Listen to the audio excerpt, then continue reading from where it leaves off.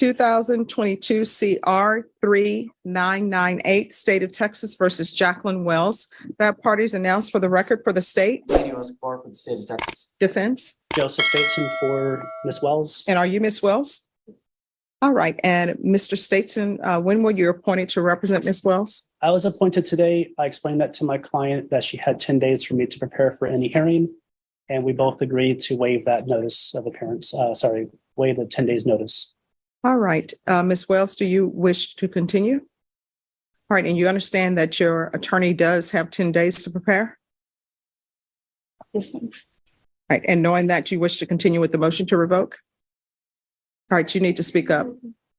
All right. I'm showing you what's entitled Motion to Enter Adjudication of Guilt and Revoke Community Supervision and First Amendment Motion to Enter Adjudication of Guilt and Revoke Community Supervision. Did you review that with your attorney? Did you understand it? Are you the same Jacquelyn N. Wells who was placed on deferred adjudication in 2022 CR 3998 for the offense of possession of a controlled substance, penalty group 1, less than 1 gram, on July 7, 2022 for a period of 2 years? Is that you? Yes, ma'am. All right, state. Violated condition number 4 in Bexar County, Texas. The defendant, Jacquelyn N. Wells, did then and there fail to report to the supervision officer as directed for the months of November and December 2022 in violation of condition number 4. How do you plead to that? True or not true? State waives all the violations. Any objections? None. Did you understand by pleading true to violation of condition number 4, the court could find it true, grant the motion, find you guilty, sentence you up to 2 years in the state jail facility and up to a $10,000 fine? Knowing that, do you still wish to plead true to violation of condition number 2? I'm sorry, number 4? Court will find violation of condition number 4 true. Is there an agreement? Yes, Your Honor. The agreement is for the motion to be granted and for revocation and for 10 months in the state jail facility. All right, is that the agreement? It is, Your Honor, and we would ask that all her back time credit apply. She has 139 days credit.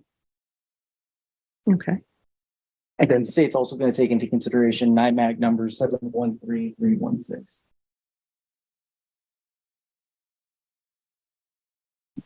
All right, Ms. Wells, are you asking the court to follow this agreement? Yes, ma'am. Are you waiving your right to appeal? Yes, ma'am. Yes, ma'am. All right, I have a few questions for your client. Yes. Can you raise your right hand for me, please?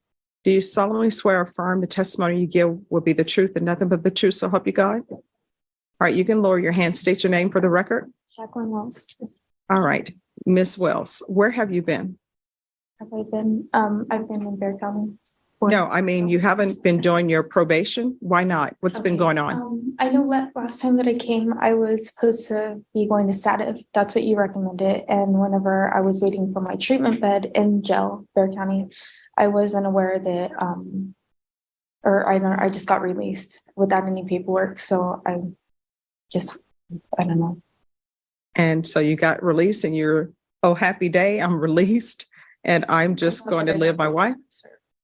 Honestly, I thought that I had just gotten time served or something. I didn't understand why I just got released, but I thought that I don't know. I just know it wasn't stative. So other than that, Okay. So I want you to be honest with me, okay? I'm looking at following this plea bargain agreement, but I want to know some things about you. And then, depending on what you tell me, I will probably give you a choice, okay? But the 10 months will definitely be one of those choices. So do you have any children? Yes. And how old are they? one is 15 and the other one's 9. Right, and where are they? With the dads. Okay. And was Child Protective Services involved? And what drugs have you been using since you were released? Since I was released, meth. Meth? Alcohol. Okay, meth and alcohol.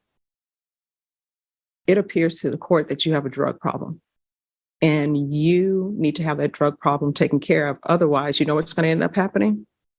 The last time you use may be the last time you use, and then your children will definitely not have their mother in their life. You still have a chance. Maybe if you get yourself together, if you get clean and sober, you may still have a chance to be in their life, but you must be clean and sober. And the fact that you were released accidentally or whatever happened and you've been using, I appreciate your honesty telling me that you've been using. That tells me that you need help. So if you would like, I can send you to the state jail facility for 10 months. What's going to end up happening is you're going to go to state jail facility for 10 months.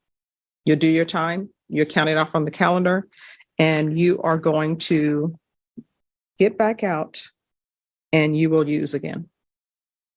Or I can continue you and I'll continue you and I'll have you placed in an inpatient treatment or either see if felony drug court would accept her or wants her. Have you ever been to felony drug court? Mm-hmm. Those are the choices I can give you. So if you want to do your 10 months, I will follow that agreement, but you know yourself better than I do, better than your attorney does. But based upon your track record, when you get out of jail or a state jail facility after counting your 10 months off, you're going to go use. You're going to go be with whomever you were with before who's using with you. And you may end up dying from that. You understand? So if you want a chance to be clean and sober, to be the person you were meant to be, not the person who's picking up criminal cases, not the person who's using, then I will give you that chance to do that. So what would you prefer? The chance. Okay. All right. So what we're going to do, Your Honor, may I? yes. So I just want the court to be aware that she wasn't actually let go erroneous or anything like that. Mm-hmm. She was disqualified from status. Okay. So she had medical issues that prohibited her to actually go to status. Yes. So in looking at the case, the modifications were after status based on her previous NTR. This is her third NTR. Okay. So based on previous NTRs that we've had, the modifications the last time was to do status, and then after that, a felony drug court. So if Your Honor would like, we can just move forward with the felony drug court referral, see if we could get her the help that she needs. All right. We're going to then, if both state and the defense are in agreement, I will deny the motion, alternate amend conditions. You'll be referred to felony drug court. You're going to remain in custody. And Mr. Stateson, if you can contact felony drug court and let them know that she really needs the help and she wants the help. But when they come in and interview you, you must really let them know that you need the help, because I know they're getting close to probably reaching the number of persons they can have there. Do you understand? All right. So what I'm going to do then. And I apologize, ma'am. Yes. Yes. It does state that she expires in July of 2024. So we'll extend her. Yes. So I'm going to extend you, and I'm going to extend you for 2 years. But the nature of your case, it's not a case where if you complete everything that you can't be terminated early. And normally in felony drug court, if you complete everything and you complete their program, they will allow you to be terminated early. Terminated is not a bad thing on the criminal side. It's not like the early discharge. Yes, it is not. What's the name of the movie with Arnold Schwarzenegger? Terminator. It's not the Terminator. So you will not be terminated in that way. It will be a good way. So I'm finding violation of condition number 4 true. I'm going to extend her for 2 years, and we'll do a referral to felony drug court. And that's to take place while you are in custody. And if for any reason you get released, you know you're not supposed to be released. So if you are accidentally released or something is not right with the paperwork and they release you, you know what you need to do? Come straight to this court right away and say, Judge, I've been released and I know I'm not supposed to be released. Do you understand? All right. So this is your chance. You need to take it. All right. Is there anything else from either side? No, Your Honor. We're good. If she does not qualify for felony drug court, would you like clients to? Yes. If she doesn't, if she's not eligible, then bring her back here from the jail and we'll figure out what to do. And we'll keep Mr. Stetson, if you could make sure that you follow through till check. she's accepted. Yes, Your Honor. All right, thank you. Is there anything else? Nothing, Your Honor. All right, thank you. Thank you, Judge. You're welcome. All right, so we'll be back tomorrow. Judge Boyd rejected a 10-month state jail plea deal for Jacquelyn Wells, a mother on probation for drug possession who admitted to using meth and failing to report. Instead of accepting the agreement, Judge Boyd delivered a stark, life-or-death warning that her next relapse could kill her and leave her children without a mother. Frustrated by the defendant's excuses, the judge extended her probation by 2 years and ordered a referral to a strict felony drug court program while she remains in custody, giving her a final chance to pursue treatment and sobriety over a guaranteed return to addiction.